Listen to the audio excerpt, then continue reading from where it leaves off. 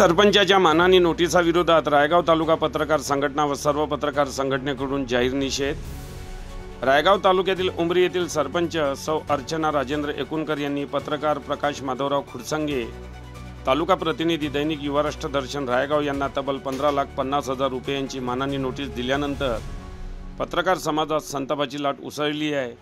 या अन्यायकारक नोटिसाविरोधात रायगाव तालुका पत्रकार संघटनेच्या वतीने आज दिनांक 19 सप्टेंबर रोजी 12 वाजता उपविभागीय अधिकारी रायगाव यांना निवेदन देऊन जोरदार निषेध व्यक्त करण्यात आला आहे।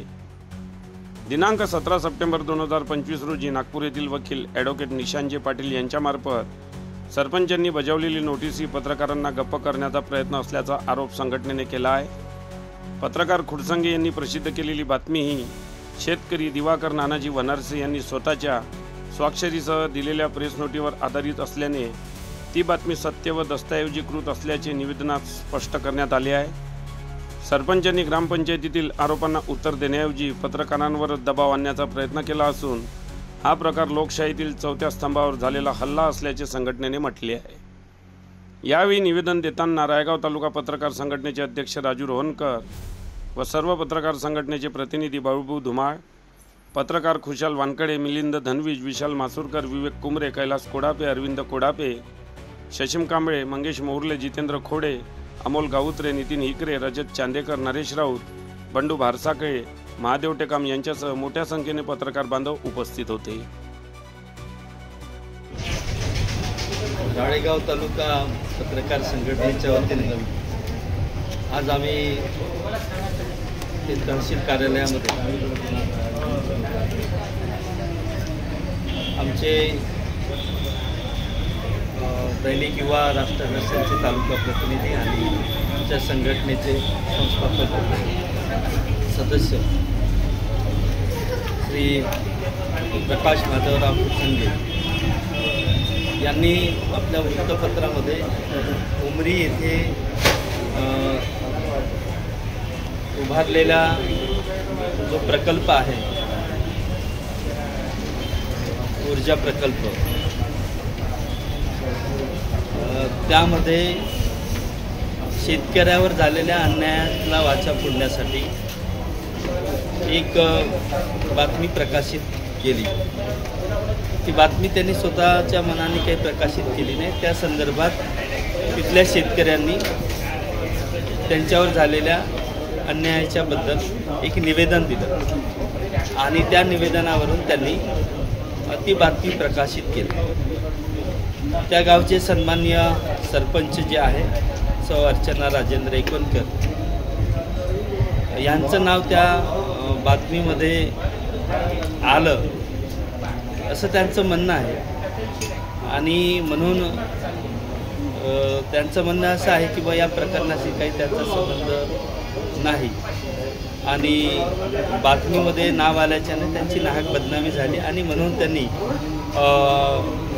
आमचे प्रकाश खुडसंगे यांना एक नोटीस पाठवली कोर्टाकडून, वकिलांकडून।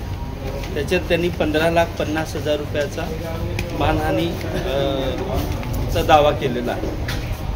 परंतु मला असं वाटते की ही लोकशाही आहे आणि लोकशाहीमध्ये हा लोकशाहीचा सर्वात महत्त्वाचा स्तंभ आहे वृत्तपत्र। या वृत्तपत्रामध्ये सर्वांना न्याय देण्याची ताकद या वृत्तपत्रांमध्ये आहे आणि म्हणून सर्वसामान्य माणसाला वाचा फोडण्याचं काम हे वृत्तपत्र करतं। प्रकाश खुडसंगे यांनी सुद्धा तेच काम केलं। यामध्ये त्यांचा वैयक्तिक कुठलाही हेतू नाही, कुठलाही आर्थिक संबंध नाही।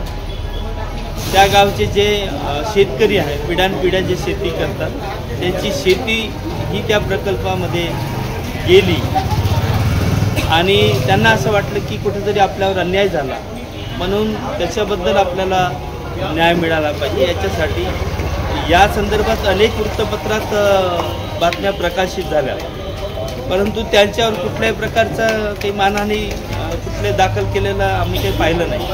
परंतु प्रकाश खुडसंगेवर मानहानी दाखल करणं आणि एवढा रुपयाचा दावा करणं याच्या पाठीमागे कुठंतरी राजकारण आहे असं मला वाटतं आणि म्हणून आम्ही सर्व तालुक्यातले जे पत्रकार आहे या ठिकाणी येऊन साहेबांना निवेदन दिलं. शासनाकडे आम्ही तो न्याय मागितला की वृत्तपत्राची मुस्कटदाबी या लोकशाहीमध्ये कदापि आम्ही सहन करणार नाही. आणि जे उमरी येथील ग्रामस्थ आहे, जे शेतकरी आहे, यांना न्याय मिळवून द्यायसाठी आम्ही सर्व कटिबद्ध आहोत. म्हणजे आता हे राळेगाव तालुक्यातले आम्ही सगळे आहोत. कळंब तालुक्यातसुद्धा अशाच पद्धतीने सगळ्या पत्रकारांना एकत्रित घेऊन हे निवेदन याच्या पुढे देण्यात येईल. जर सरपंच ताईंना असं वाटत असेल की माझी मानहानी झाली, तर त्यांनी तशा पद्धतीचे पुरावे द्यावे की याच्याशी माझा काही संबंध नाही, असं आम्हाला वाटतं. आणि म्हणून प्रकाश इथंच आहे.